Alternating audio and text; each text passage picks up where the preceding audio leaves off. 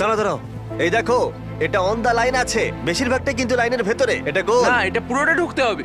ও তাই নাকি? নেইমার, এদিকে এসে দেখে যাও, না না, গোল নয়, গোল নয়। বলটা অন দা লাইন। না, গোল এটা নয়, গোল অন্য হয়নি। গোল হয় না। বল যদি লাইনে টাচ করে থাকে তাহলে টেকনিক্যালি গোল নয়, আর যেমনটা দেখতে পাচ্ছ এটা অন দা লাইন, তার মানে তুমি স্কোর করে দিলে জিতে গোল যাবে। মারলে জিতে যাবে। হ্যাঁ। মিডফিল্ড থেকে এখন তোমাকে $5 লাখ শট মারতে হবে। হ্যাঁ, ঠিক আছে, মনে রাখো কিন্তু $5 লাখ বাজিতে রয়েছে। ওর জীবনের সব থেকে বড় শট গোট নেইমার দেখছে হিগোর পারে কিনা।